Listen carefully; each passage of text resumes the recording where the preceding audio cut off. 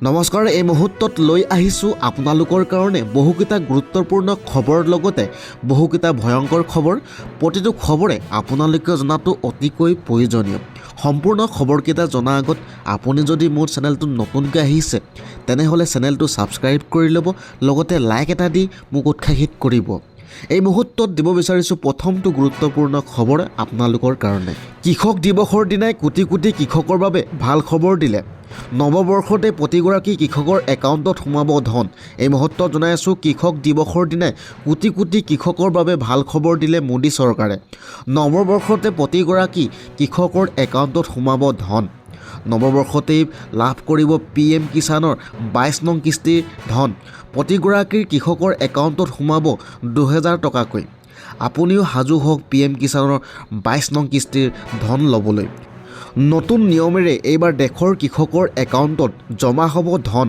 আজিয়েই কৰি লওক eKYC আপডেট। এই মুহূৰ্তত জনাইছোঁ গুৰুত্বপূৰ্ণ খবৰ। eKYC আপডেট নকৰিলে লাভ নকৰিব আপুনি PM কিষাণৰ ধন। ইতিমধ্যে জালিয়াতিৰে নাম সন্নিৱিষ্ট কৰা হাজাৰ হাজাৰ ভুৱা কৃষকৰ নাম কটা গৈছে। গতিকে আপুনি আজিয়েই কৰি লওক eKYC কাম, লগতে লাভ কৰক 22 নং কিস্তিৰ ধন। আৰু ইয়াৰ উপৰিও মুকলি কৰা হৈছে কৃষকৰ সুবিধাৰ অৰ্থে হেল্পলাইন নম্বৰ 155261ত কল কৰি আপুনি যিকোনো ধৰণৰ অভিযোগ দিব পাৰিব। দিব লৈছোঁ অন্য এক গুৰুত্বপূৰ্ণ খবৰ।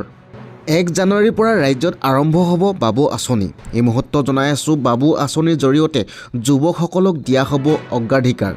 যুৱতী মহিলাসকলৰ লগতে এইবাৰ যুৱকসকলকো আগুৱাই নিয়া লক্ষ্য চৰকাৰৰ। যুৱতীসকলৰ লগতে যুৱকসকলকো শিক্ষাৰ ক্ষেত্ৰত অগ্ৰাধিকাৰ দিব চৰকাৰে। তাৰ প্ৰতি লক্ষ্য ৰাখি 1 জানুৱাৰীৰ পৰা বাবু আঁচনি আৰম্ভ কৰিব চৰকাৰে। দিব লৈছোঁ অন্য এক গুৰুত্বপূৰ্ণ খবৰ।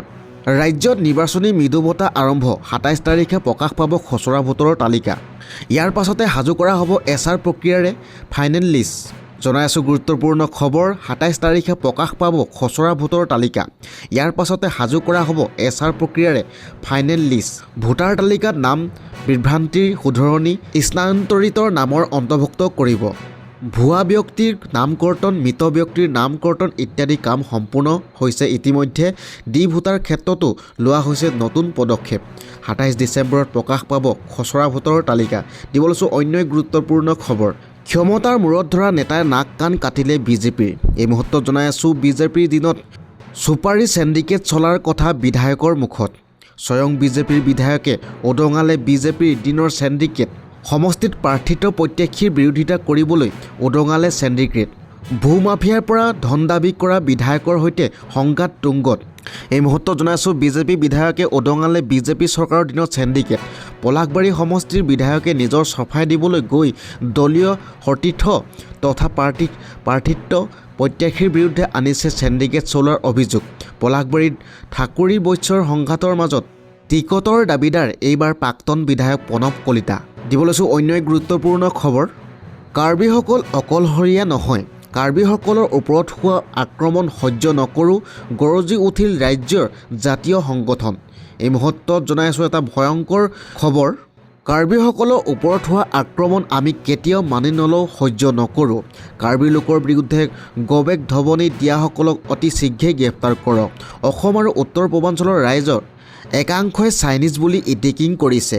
ৰাজ্যৰ বৰভূমি শিৱসাগৰৰ পৰা গৰজি উঠিল এইবাৰ ৰাজ্যৰ বিভিন্ন জাতীয় দল সংগঠনসমূহ। শিৱসাগৰত কৃষক মুক্তি আৰু ছাত্ৰ মুক্তিৰ সংগ্ৰাম সমিতিৰ উত্তাল প্ৰতিবাদ।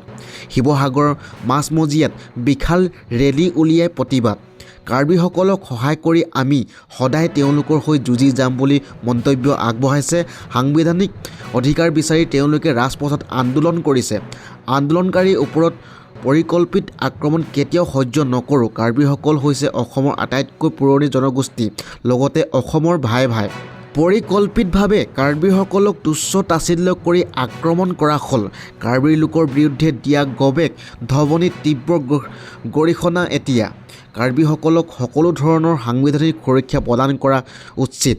কাৰ্বিসকল অকলশৰীয়া নহয়, কাৰ্বিসকল অসমীয়া জাতি হয়।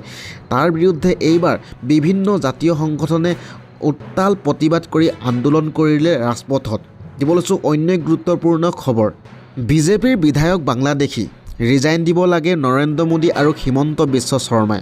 এই মুহূৰ্তত আপোনালোকক দিব বিচাৰিছোঁ এটা ভয়ংকৰ মন্তব্য বিজেপিক লৈ। বাংলাদেশী খেদাটো বাদেই বাংলাদেশী বিধায়ক পাতে বিজেপিয়ে। নিয়মমতে পদত্যাগ কৰিব লাগে নৰেন্দ্ৰ মোদী আৰু হিমন্ত বিশ্ব শৰ্মাই। অসমত বাংলাদেশী সংখ্যা বাঢ়িছে হিমন্ত বিশ্ব শৰ্মাৰ কাৰণে। এজন বিধায়কক নাগৰিকত্বৰ প্ৰমাণ বিচৰাটো দুৰ্ভাগ্যজনক কথা। বাংলাদেশী খেদাৰ কথা কৈয়ে নিৰ্বাচনত জিকিছিল বিজেপি চৰকাৰ। 12 বছৰ পিছত সেই বিজেপিয়ে বাংলাদেশীকে বিধায়ক পাতিলে। কাৰ জৰিয়তে অসমত বাংলাদেশী সোমোৱাব বিচাৰিছে হিমন্ত বিশ্ব শৰ্মাই। ঢেকীয়াজুলিত বিজেপিৰ বিৰুদ্ধে সৰব এইবাৰ কংগ্ৰেছ নেতা ৰিপুণ বৰাৰ এটা ভয়ংকৰ মন্তব্য।